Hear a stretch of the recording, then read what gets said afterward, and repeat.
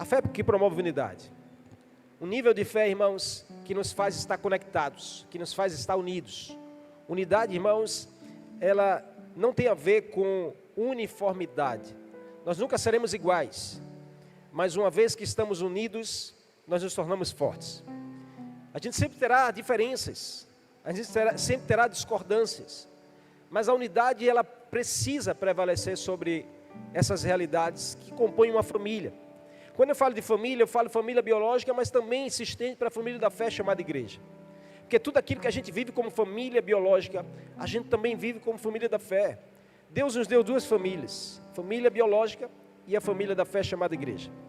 Uma não se desconecta da outra. E a unidade que a gente vive na nossa casa, a gente também precisa viver na igreja. E quando a gente pensa sobre a unidade, irmãos, a unidade, ela é algo tão precioso para o coração de Deus, que o salmista diz que Deus ordena a sua bênção, aonde tem a unidade. Então, aonde os irmãos estão unidos, Deus ordena a sua bênção. Se há unidade na sua casa, a bênção do Senhor está lá. Porém, Deus também diz que uma casa dividida, ela não subsiste, ela não prospera, ela não tem a bênção do Senhor. É por isso que o diabo, ele continua o diabo não é criativo, irmão. O diabo não tem criatividade. Ele permanece usando a mesma estratégia. Ele só muda a roupagem, mas a estratégia dele é única, de dividir, de gerar contenda, de gerar divisão. E nós precisamos nos levantarmos para fazer diferente, a amar a unidade e a zelar por ela.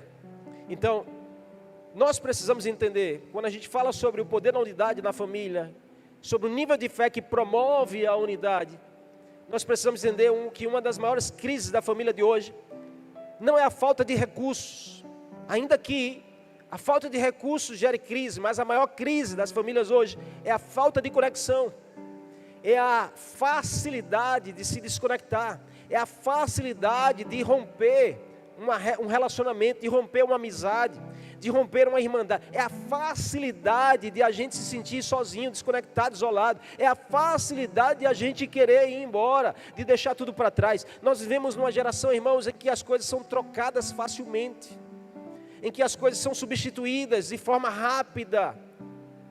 O salmista disse no Salmo, em Provérbios 17, verso 1, é melhor, escute, olha o que o sábio diz em Provérbios 17, 1, é melhor um pedaço de pão seco, é melhor comer um pedaço de pão seco e paz em uma casa do que comer um banquete em uma casa cheia de brigas e conflitos.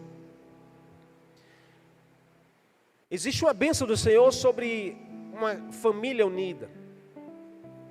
E nós precisamos zelar por isso, porque o que vale uma casa cheia de filhos, uma família tão grande, o que vale uma igreja cheia de pessoas, mas vazios da unidade, desconectados de um para com o outro, pais e filhos distantes, casais que vivem no automático, famílias divididas por mágoas, por falta de diálogo, por individualismo. O inimigo sabe tanto disso, irmãos, que se ele consegue dividir a família, ele consegue enfraquecer o propósito dela. Então, porque uma casa dividida emocionalmente, dificilmente ela permanece forte espiritualmente. Sabe qual é o problema do nosso esfriamento, nossa fraqueza espiritual? É porque nós estamos divididos emocionalmente. Quando nossas emoções nos dividem, nossa espiritualidade enfraquece. Quando nossas emoções nos dividem, igreja do Senhor, preste atenção nisso, porque essa palavra também é para a igreja. Quando nossas emoções nos dividem, porque a gente fica magoado, porque a gente fica entristecido, porque a gente fica ressentido, porque a gente não concorda, porque a gente não aceita. São tantas coisas que emocionalmente nos divide, nos desconecta, que espiritualmente a gente enfraquece. Essa é a estratégia do diabo. Mas como família, nós precisamos blindar contra essa realidade. Como família biológica, nós precisamos nos posicionar e blindar a nossa família. Como igreja, nós precisamos nos posicionar e blindar contra essa realidade. Nós vivemos em um tempo em que a família está sendo redefinida, irmão. Você vê a sociedade, você vê o governo, você vê aí as pautas que são levantadas para redefinir família. desconstruir aquilo que Deus construiu. E a gente não pode aceitar isso de forma tão fácil, e a gente trazer isso para dentro da nossa casa. As estatísticas são assustadoras hoje, porque o que tem de famílias sendo destruídas, casais que estão se separando, filhos que crescem desfragmentados de um lar saudável, de uma casa dividida, o individualismo exacerbado, é cada um cuidando da sua vida, cuidando daquilo que só interessa para você. A pergunta que ressoa nos nossos corações é: ainda é possível ter uma família saudável, uma família unida? Nós dizemos sim, é possível, amém? A começar da nossa casa, é possível que uma sociedade veja que a família ainda é a maior célula que existe na sociedade. A família ainda é bênção do Senhor, a família ainda é o mais precioso que existe. Você ama a sua família, amém? Então lute por ela. A resposta de Deus não veio apenas em palavras. A resposta de Deus veio através de histórias deixadas na Escritura. E essa história que eu acabei de recitar aqui, esses versículos, ela precisa ser contada ainda hoje. A história desse casal, dessa casa. Uma família que enfrentou o mundo, perdeu as coisas e ainda assim permaneceram unidos em fé. O texto vai dizer que, tempo depois, Paulo deixa Atenas e vai para Corinto.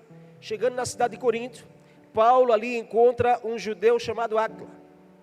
Deus une propósitos, amém? Deus não une só pessoas. Deus aproxima pessoas para cumprir um propósito. E Paulo conhece esse homem chamado Áquila. Era um homem que era natural de outra cidade. E aí, ele conhece esse homem lá, conhece essa casa, e o texto vai dizer que a realidade deles, eles foram expulsos, porque todos os judeus em Roma foram expulsos por César, e eles tiveram que partir para outra realidade. Paulo conhece essa família debaixo de uma situação tão difícil, de um problema que ele estava enfrentando.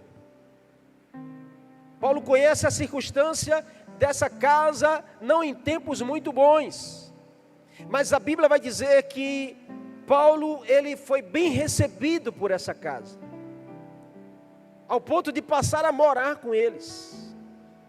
Uau, irmãos, que lição preciosa a gente precisa aprender aqui. A primeira coisa que a gente precisa aprender sobre uma família unida pela fé, uma fé capaz de nos unir, uma fé capaz de a gente manter a gente unido, é que a primeira coisa é que uma família assim, ela caminha junta no mesmo propósito. Qual o sinal e o maior sinal de que uma família está unida, de que uma igreja é unida, é que todos estão caminhando no mesmo propósito. O que mantém uma família de pé não é apenas morar na mesma casa. O que mantém uma igreja de pé não é apenas estarmos aqui domingo à noite, reunindo nesse mesmo prédio. O que mantém uma casa de pé não é quantas pessoas moram debaixo do mesmo teto. O que mantém uma família de pé é permanecer unida em um só propósito. É o propósito que nos une. É o propósito que une você à sua casa. É o propósito que une você ao seu esposo, à sua esposa. É o propósito que une você aos seus filhos e une os seus filhos a você. É o propósito que une uma igreja. É o propósito. Existe um propósito que é maior do que a nossa vida. Quando você decide casar com uma pessoa, você está formando uma aliança. Existe um propósito nisso. Quando você decide pertencer a uma igreja, aceitar Jesus, fazer parte de uma família da fé, existe um propósito nisso. E é esse propósito que nos mantém de pé. A Bíblia apresenta essa casa que se tornou referência em unidade espiritual. Mas o que poucos sabem dessa história é o contexto que há por trás. O contexto histórico diz que o imperador César havia expulsado todos os judeus em Roma. Então, de uma hora para outra, essa família perdeu a sua casa, Porque você sabe o que é você estar bem estabilizado, você está lá, vivendo a sua vida, na sua casa, em família, com os seus recursos, com a sua renda, tudo funcionando bem, e de repente vem uma ordem do governo dizendo assim, você vai ter que agora sair da cidade, deixar tudo, e você tem que deixar tudo para trás. Esse foi o decreto de César para que todos os judeus saíssem de Roma, e tinham que sair, senão morreriam. Então essa família teve que deixar tudo para trás, irmão, seus negócios, deixar sua casa, deixar sua rotina, deixar sua cidade. Não foi uma crise que foi começando aos poucos, não foi algo que foi anunciado, foi uma deportação, foi algo que aconteceu da noite para o dia. E eles foram para Corinto, foram para lá sem nada, apenas com a fé que os mantinha unidos. Escute, tem coisas que você vai perder ou já perdeu, tem pessoas que passaram na sua vida que não estão mais hoje, mas isso não pode roubar de você o propósito, isso não pode roubar de você a essência, isso não pode roubar de você a fé que te faz estar unido ao propósito que Deus colocou na sua vida. Eles perderam tudo, mas não perderam a fé que os mantinha unidos. E ali eles encontraram Paulo. E desse encontro nasceu uma das mais belas histórias ministeriais sobre família que a Bíblia já registrou. Mas repare bem, antes do ministério nascer, havia uma situação difícil. Antes de servirem ao apóstolo Paulo, eles escolheram servir ao propósito. Então a crise pode roubar a casa, pode roubar o emprego, a crise pode roubar coisas e bens, mas não pode roubar a aliança, não pode roubar a essência do propósito, não pode roubar aquilo que nos une como família. Esse casal, Priscila e Áquila, eles trabalhavam juntos, serviam juntos, eles enfrentavam desafios juntos, eles entenderam algo poderoso, que a família não é competição, a família é parceria. Diga essa pessoa que está ao seu lado, diga assim, a gente não vai competir. Diga assim, nós somos parceiros. Nós unimos a nossa fé por um único propósito. Amém? Não é sobre competição, é sobre parceria. Quais são os desafios reais de hoje? É que nós vemos numa geração do individualismo. As pessoas talvez só se envolva se for ela que faça. Ou a gente mede forças. Ou a gente acha que o meu é mais importante do que o seu. E aí tem muita casa faltando a parceria no casamento. Tem muitas famílias desconectadas emocionalmente. Cada um vivendo a sua própria vida. Tem muita gente dentro da igreja, mas cada um vivendo a sua própria vida. Onde está o chamado? Onde está o propósito? Onde está a chama do amor que Jesus nos alcançou? Onde está a chama por fazer a vontade de Deus? Onde está a chama por evangelizar? Onde está a chama por anunciar que Cristo me salvou, Ele me resgatou, Ele mudou a minha história? Onde está a chama de a gente ir e alcançar mais alguém? De a gente pensar não só em mim, mas pensar em mais alguém? Quando cada pessoa da família, irmãos, busca apenas seus próprios interesses, a unidade enfraquece. Nós somos uma igreja feita em células. Nós chamamos de GF, grupos pequenos. São vários, espalhados em várias comunidades. Mas isso não nos torna várias igrejas. Nós somos uma só igreja. São vários, nós temos aqui mais de 30 líderes. Mas isso não faz cada líder uma igreja. São 30 líderes conectados no mesmo propósito.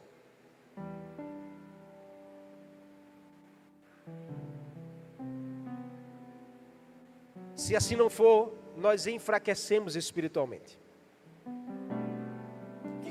O que mantém uma família forte é a unidade. Sabe o que faz a tua família perseverar diante das crises, das dificuldades? É estarem juntos, unidos. Sabe o que faz o teu casamento perseverar com as dificuldades desse tempo? É estarem de mão dadas, não competindo, mas sendo parceiros. É estarem funcionando debaixo de um mesmo propósito. É estarem vivendo por um propósito único e específico. Quando todos caminham na mesma direção, irmãos, a casa se fortalece. E aí Deus ordena a sua bênção. Você está comigo? Essa casa perdeu tudo, tudo foi tirado deles. O que sobrou? Sobrou a fé. A fé é suficiente para recomeçar. A fé é suficiente para reconquistar. Eles tinham um ou outro e tinham a fé. E ali em Coríntios, longe de tudo o que conheciam, eles continuaram porque tinham um propósito. E foi essa humildade e esse coração no propósito que abriu a porta para Paulo. Porque o texto diz que Paulo conheceu essa casa. E conheceu essa casa num tempo muito bom não, irmãos. Conheceram a casa num tempo difícil, porque eles perderam tudo. Sabe o que é? Escute, irmãos, nós precisamos aprender essa lição. Sabe o que é? A sua casa está passando por um problema, uma crise. Você está passando por uma situação difícil. Mas o propósito é maior do que os seus problemas. Essa casa não estava em um tempo bom, mas ele abriu a casa para que Paulo pudesse morar com eles, irmãos. Eu quero profetizar que assim será sobre a sua casa, a sua vida, o seu coração. Talvez você está esperando o tempo bom chegar, a crise passar, as dificuldades pessoais serem resolvidas. Deus não quer esperar, Deus não está esperando não, irmão, o tempo está curto. O que você precisa é não se perder do propósito da sua vida. Tem muita gente esperando as coisas melhorar, irmão, pode ser que não melhore, pode ser até que piore. E aí você está sentado esperando melhorar para cumprir um propósito. E Deus está dizendo até quando? Até onde? Você não está vendo que você está enfraquecendo? Porque, irmãos, a vida cristã é igual andar de bicicleta. Se você parar, você cai.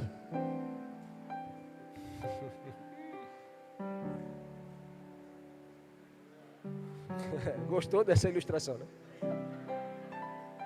Se parar, cai, irmão. Diz essa pessoa aí, se você parar, você vai cair. Então diga assim, se você está de pé e está andando de bicicleta, cuide para que não caia. Permanece cumprindo o propósito.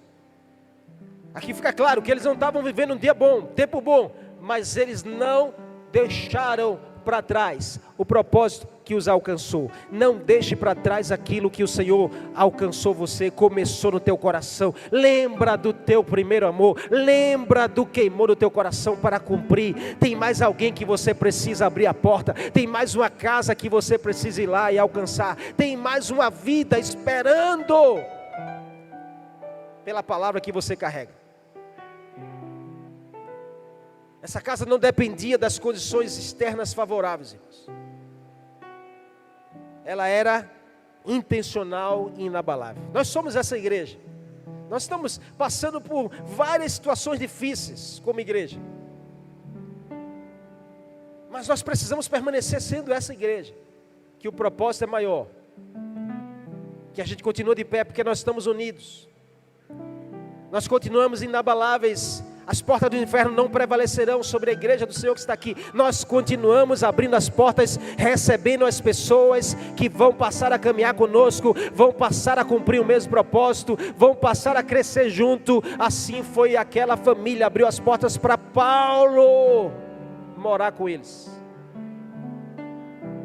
Não fazia ideia do que estavam recebendo, mas só o fato de você abrir a casa, irmãos, não negar aquilo que o Senhor te confiou, Deus ordena a bênção e Deus faz grandes coisas acontecer. Então, para sua família hoje, para sua vida hoje, a tempestade que você pode estar enfrentando, seja emocional, financeira, geográfica, não é o fim da sua história. Ela pode ser apenas como esse episódio, o início de um capítulo maior. Eles não sabiam, mas estava começando um capítulo maior na sua vida. Quando eles pensavam que era o fim, tiveram que sair deixando tudo para trás. Deus estava dizendo, eu vou começar algo novo e mais poderoso na vida de vocês. Quantos creem nisso? Dá um amém, glorifica o nome de Jesus, aplauda a presença dele aqui nessa noite. Porque esse capítulo que você está vivendo, ou que o seu casamento está vivendo, ou que a sua casa está vivendo, pode ser só o início de uma história muito maior. Acredite nisso. Segunda lição é que uma família firmada na fé, unida na fé, ela aprende a crescer junto, espiritualmente. Além deles receberem Paulo, o texto vai dizer mais à frente, no verso 24 a 26, no mesmo capítulo 18, o texto está dizendo assim: enquanto isso, chegou a Éfeso, vindo de Alexandre, no Egito, um judeu chamado Apolo. Era um orador eloquente, que conhecia bem as Escrituras, tinha sido instruído no caminho do Senhor e ensinava a respeito de Jesus com profundo entusiasmo. Apolo era um pregador, evangelista, ensinava sobre Jesus. Aí olha o que diz o texto,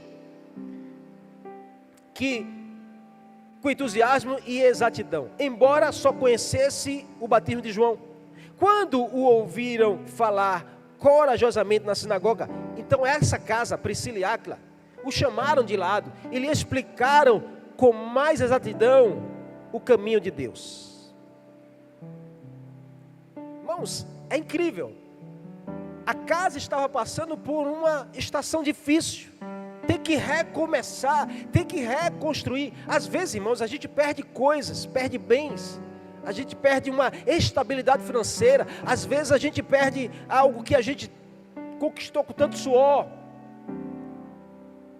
E tem pessoas que não aguentam, não suportam, larga Deus, larga as coisas para trás, por passar por uma crise, uma situação difícil. Mas aqui fica claro que o teu propósito precisa sustentar as estações da sua vida. A sua vida não é sustentada pelos bens, a sua vida precisa ser sustentada pelo propósito que você tem em fé. Então esse casal, mesmo em uma situação difícil, eles primeiro abriram a porta. Paulo disseram: olha, Paulo diz, eu não tenho para onde ir, eu não tenho onde morar, eu posso morar com vocês?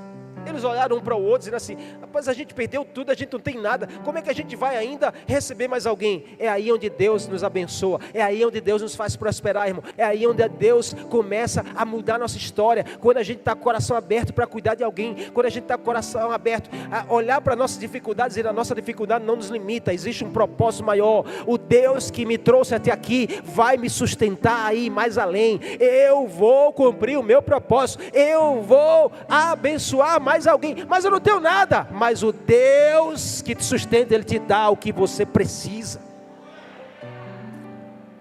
Quantas vezes a minha casa não experimenta disso? A gente às vezes não tinha nada, literalmente, irmãos, nada. E alguém aparece dizendo: ó, o Senhor pode me ajudar? E eu olhava e dizia: Senhor, como eu vou fazer isso? E o Senhor disse: apenas faça, porque eu que te sustento, eu te dou o que é preciso. E quem me conhece, caminha perto de mim, sabe, eu tenho um coração que eu não consigo deixar de abençoar as pessoas. E aí eu tiro de onde eu nem tenho às vezes. Mas Deus sempre, irmãos, vai honrar um coração que está aberto a cumprir o propósito. Deus sempre vai honrar uma casa que está aberta a abençoar mais alguém, está aberta a propagar o reino, a falar sobre Jesus. Não é sobre você, não é sobre o que você tem para dar, é sobre ao Senhor que você serve, é sobre o Deus que faz prosperar a sua vida, é sobre o Deus que te deu um propósito para ser vivido.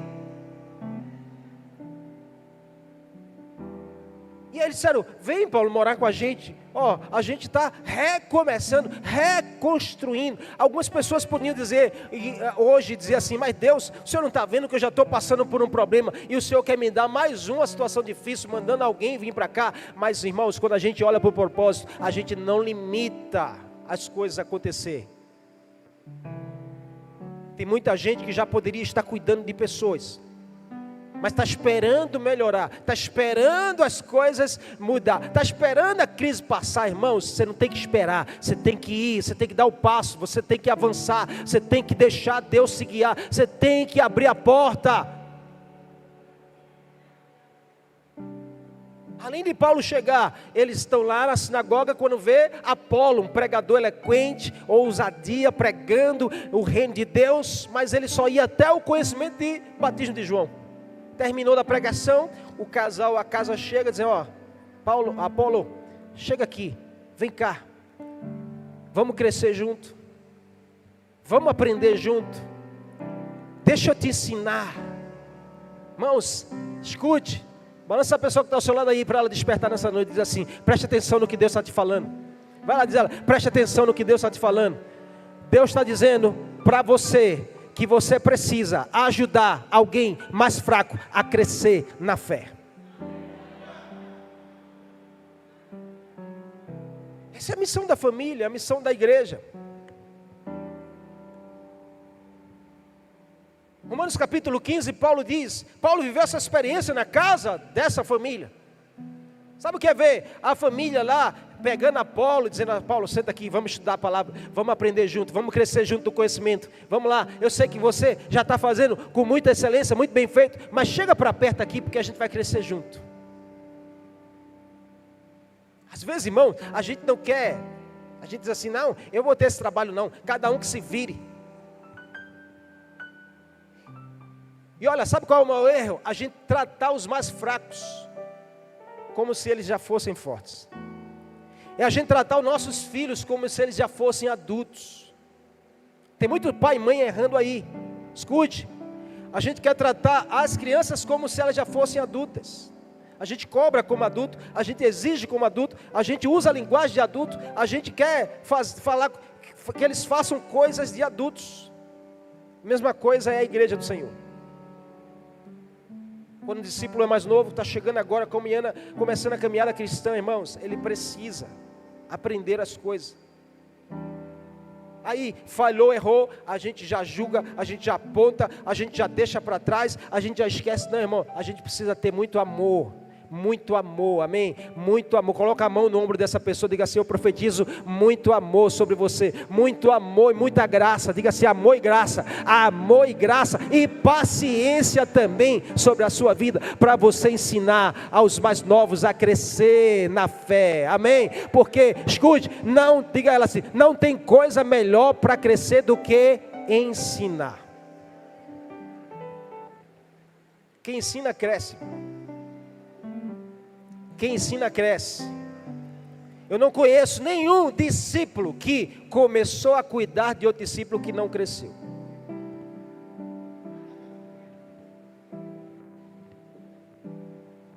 Quem ensina cresce. Quando eu vou pegar meus meninos na escola, eu entro no carro com eles e eu digo aí como foi a escola hoje. Todos os dias eu faço a mesma pergunta: como foi a escola? Como foi as aulas? Aí eu pergunto algo assim que mexe com eles. Eu pergunto assim, eu deveria perguntar, vocês aprenderam o quê? Aí eu digo, vocês ensinaram o quê? Aí eles, como assim, pai? O que vocês ensinaram hoje na escola? Mas a gente foi para aprender, né? Mas vocês precisam ensinar. Porque quem ensina cresce. Sabe por que a gente para de crescer? Porque a gente só se preocupa em ficar, mas ninguém me ajuda, ninguém me ama, ninguém me quer, ninguém vem aqui, ninguém liga para mim, irmão. Paulo diz, eu já deveria ter falado com vocês como adultos, mas vocês são crianças ainda, que estão tomando leite, já está na hora de vocês comerem feijão, feijoada, feijão com farinha, comer uma comida mais sustenta. Vamos crescer, amém? Quer crescer? Começa a ensinar. Pode observar o casal, eu e a pastora, quando a gente não tinha filhos. Era 2 meninos, mas quando chega o primeiro filho, a gente amadurece, a gente cresce. Por isso que eu digo aos homens, vai ser pai, agora você vai virar homem. Mas já sou homem, pastor. Nada, tu vai aprender a ser homem agora. Então a família abriu as portas para ensinar a Apolo. Chama Apolo para cá, vamos ensinar ele, porque tem mais coisa além do batismo de João, Paulo. A gente vai te ensinar. E a Bíblia vai dizer que eles passaram a ensinar a Apolo, irmãos. Que coisa preciosa. A unidade nos faz crescer juntos. É não deixar ninguém para trás. Não deixar ninguém para trás. Tem alguém que você está sentindo falta aqui nessa igreja, que você não está vendo mais? Levanta a mão quem sente falta de alguém aqui. O que a gente está fazendo com isso, irmão? Vamos atrás, amém? Vamos atrás. Vamos atrás. Eu vinha do carro para cá e Deus vinha falando comigo. É o mês da família, é a última semana. Então vamos fazer visitas às famílias. E eu sei entender, visita. Aí chega aqui, Kelvin chega ali, conversando comigo, Kelvin começa a falar, e Kelvin diz, pastor, Deus colocou algo no meu coração, que a gente precisa visitar. Quando ele falou visitar, eu disse, então Deus está nesse negócio, porque Deus falou comigo quando eu estava vindo, e Deus falou com você, então é tempo de a gente visitar as pessoas. Eu quero fazer um desafio à igreja. Se nós somos família, nós vamos visitar as pessoas. Você está comigo? Vamos lá. Se ela quiser que ela venha. Certa vez eu ouvi de alguém. Eu nunca consigo compreender, mas eu fico lutando contra isso, porque talvez ele tenha até a razão dele de falar isso. Quem precisar é que vem atrás.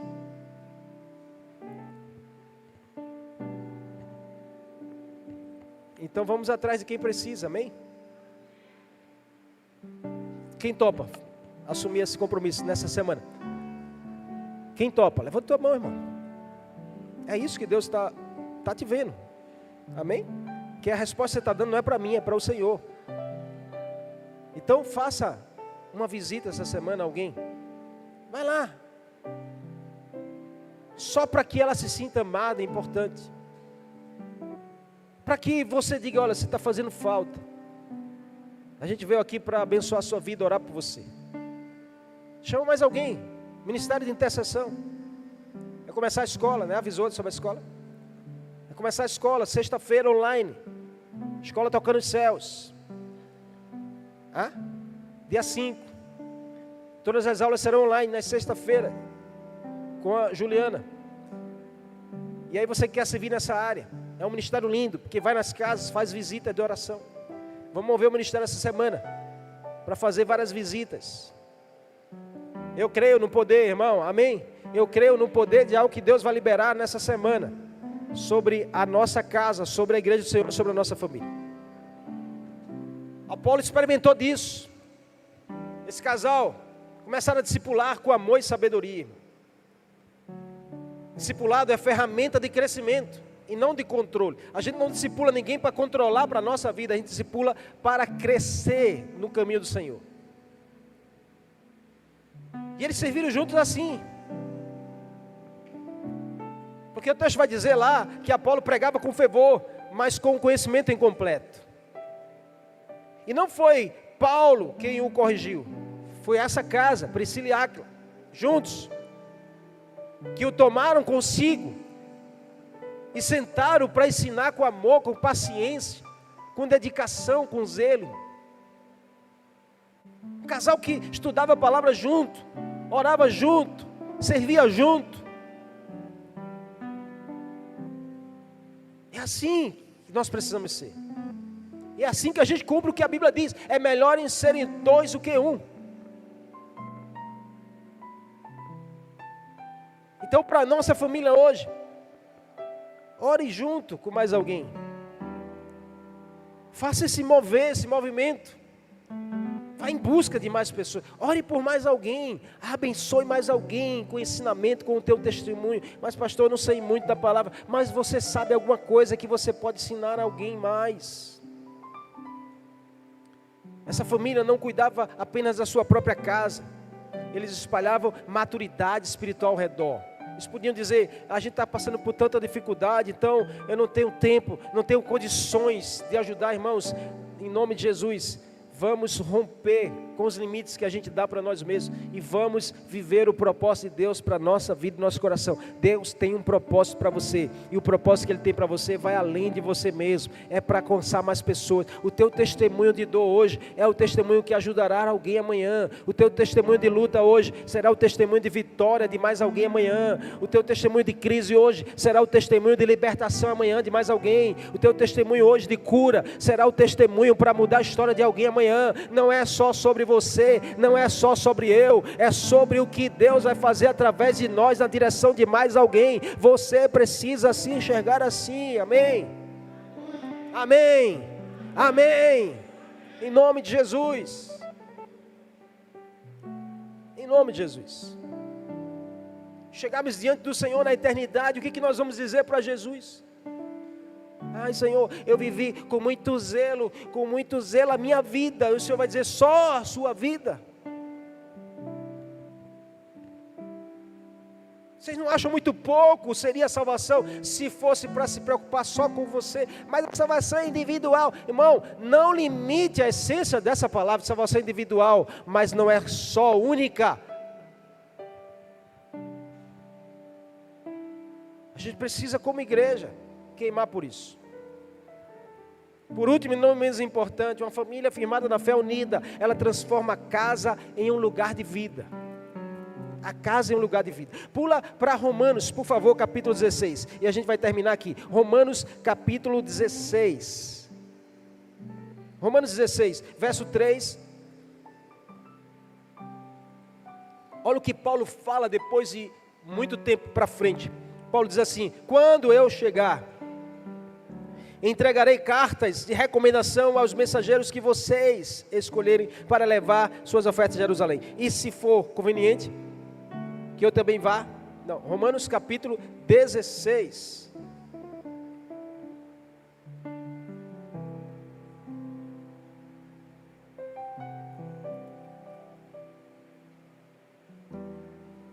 É isso? Eu estou lendo errado o texto. Desculpa, irmão. Eu estou em Coríntios, é Romanos capítulo 16. Amém? Verso 3. Deem minhas saudações à casa de Priscila e Áquila. Meus, o que está dizendo? Colaboradores no serviço de Cristo Jesus. Certa vez, o que é que diz o texto? Eles, vamos lá, gente, o que é que diz?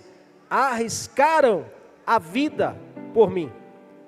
Sou grato a eles e também o são todas as igrejas dos gentios. Saúdem a igreja que se reúne na casa deles. Que poderoso o testemunho que Paulo conta da experiência de ter morado nessa casa, de ter convivido com essa família, de ter conhecido de perto, de ter testemunhado das dores, das dificuldades, do recomeço dessa casa. E ainda mais, de ver a igreja ali naquele lugar.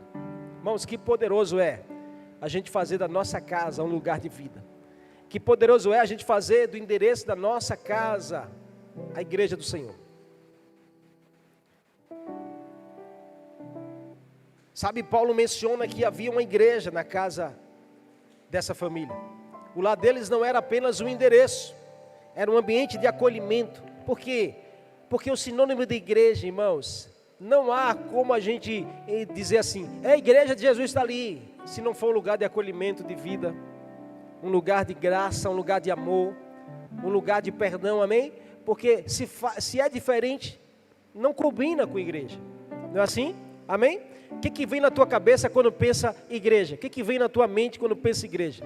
Tenho certeza que vem algumas características. E uma das é um lugar de acolhimento. É um lugar de amor. É um lugar da presença de Deus, amém ou não? O que vem na tua mente quando pensa igreja, irmão? Paulo está dizendo que naquela casa havia a igreja do Senhor. Mas pastor, o endereço da igreja não é na minha casa, é aqui, a Avenida Cos Viana 1229. Eu não estou falando sobre isso. Eu estou falando que se você é igreja, amém? Se você é igreja, porque a igreja não é o prédio, a igreja somos nós, amém ou não? A igreja não é prédio, a igreja somos nós. Se você é igreja, aonde você está também é igreja. Ah, pastor, mas eu não moro sozinho na minha casa, tem minha família, que o senhor não sabia, domingo é aquele pagode, aquele churrasco, aquela... Mas você é a igreja. O texto diz que aquele lugar era um lugar de vida, era um lugar onde a igreja funcionava, era um ambiente de acolhimento, era um ambiente de fé, de presença de Deus. E Paulo vai dizer assim, olha, eu faço menção a essa família, por quê? Porque eles um dia arriscaram as próprias vidas por um amigo. Não era sobre a vida de Paulo, e podia até ser, mas era sobre o propósito que tinha na vida de Paulo. É por isso que a Bíblia é tão preciosa, ela diz assim, não reconheçam mais ninguém segundo a carne, mas segundo o Espírito, segundo o propósito. Olha para essa pessoa ao teu seu lado e para de olhar para ela só com um olhar carnal. Você precisa olhar para ela e enxergar um propósito de Deus na vida dela. Olha para essas 3 pessoas aí, vai lá, olha para quem está atrás de você. Diga assim: eu vejo em você o propósito de Deus. Eu vejo o propósito de Deus na sua vida. Eu vejo o propósito de Deus na sua vida. Eu vejo o propósito de Deus na sua vida. Ei, eu vejo o propósito de Deus. Eu consigo enxergar o propósito de Deus na sua vida. Eu consigo ver. Eu consigo ver, viu? Ei, eu consigo ver o propósito da vida de vocês. Eu consigo ver o propósito de Deus na vida de vocês 2 aqui. Eu consigo ver, viu? Eu consigo ver também na vida de vocês 2 aqui. Eu consigo ver o propósito. Irmãos, a gente precisa desenvolver esse olhar de parar de enxergar as pessoas segundo só a carne e começar a enxergar o propósito que há na vida dessa pessoa. E esse casal olharam para Paulo e disseram assim: ei, tem um propósito de Deus na vida desse homem, então nós vamos arriscar nossa vida por ele. Que igreja é essa? Eu vejo essa igreja, amém? Eu vejo essa igreja que arrisca a vida por mais alguém, que dá a vida por ver Jesus sendo formado na vida de mais alguém, que blinda a vida de mais alguém, que protege a vida, que honra a vida de mais alguém. Eu vejo essa igreja do Senhor. Não há limites para uma igreja como essa, uma igreja que está unida. Que impacto essa igreja é capaz de fazer? Que impacto de você ir lá e você arriscar a vida. Aqui é algo literal, porque naquele tempo havia muitas perseguições. Hoje a gente não vive debaixo de perseguição aqui na nossa nação ainda, mas o arriscar a vida também é a gente poder gastar tempo, é a gente poder abençoar a vida de alguém, é a gente poder, sabe, abrir a porta. É a gente estar cansado, mas o cansaço fica para depois. A gente vai lá e vai buscar alguém. É a gente estar cansado, a gente não ter condições, mas isso tudo fica para trás e a gente vai cumprir o propósito. Quantos estão entendendo o que Deus está falando no teu coração? O problema é que hoje tem muitas casas frias, muitas famílias que falta presença. O problema é que hoje tem muito excesso de distração, muito comodismo, muitas famílias que convivem desconectadas do verdadeiro propósito. Então, quando a sua família está unida e primeiro a Cristo, ela não fica apenas observando as crises e as dificuldades. Ela se levanta para se tornar um refúgio para outros que estão naufragando. Escute isso. As situações difíceis que Deus nos permite viver é para nos ensinar a ajudar alguém a sair do naufrágio que nós estamos enfrentando. Como assim, pastor? É no momento de aperto que Deus te ensina a saída. E quando você aprende a saída, Deus vai te usar na direção de mais alguém. Essa é a essência de ser igreja, de ser família. Então, a igreja de Deus, ela nasce assim. Sua casa precisa ser um lugar de vida, precisa ser um lugar de acolhimento. A começar de você, amém? A começar de você, um lugar de acolhimento. Acolha os seus. Um lugar de amor, ame os seus. Um lugar de celebração, celebre pelos seus. Essa é a essência da igreja. E sabe o que Jesus me ensina aqui para a gente terminar? É que no meio das dores, das tormentas que essa casa estava vivendo, o Senhor os enxergou. O Senhor os enxergou e o Senhor mudou a história. Fez com que eles recomeçassem. Escute, se eles ficassem lá, onde eles estavam, talvez não nascesse aquilo que nasceu quando eles passaram pela dor e pela dificuldade. Pega na mão da pessoa que está ao seu lado e diga assim: essa crise, essa dor, esses dias difíceis, vai nascer algo poderoso que vai impactar a sua família e as demais famílias. Diga assim: não se preocupa, porque Jesus está enxergando nas suas tormentas, nas suas dores, nas suas perdas. Ele está te enxergando e Ele está mudando a sua história.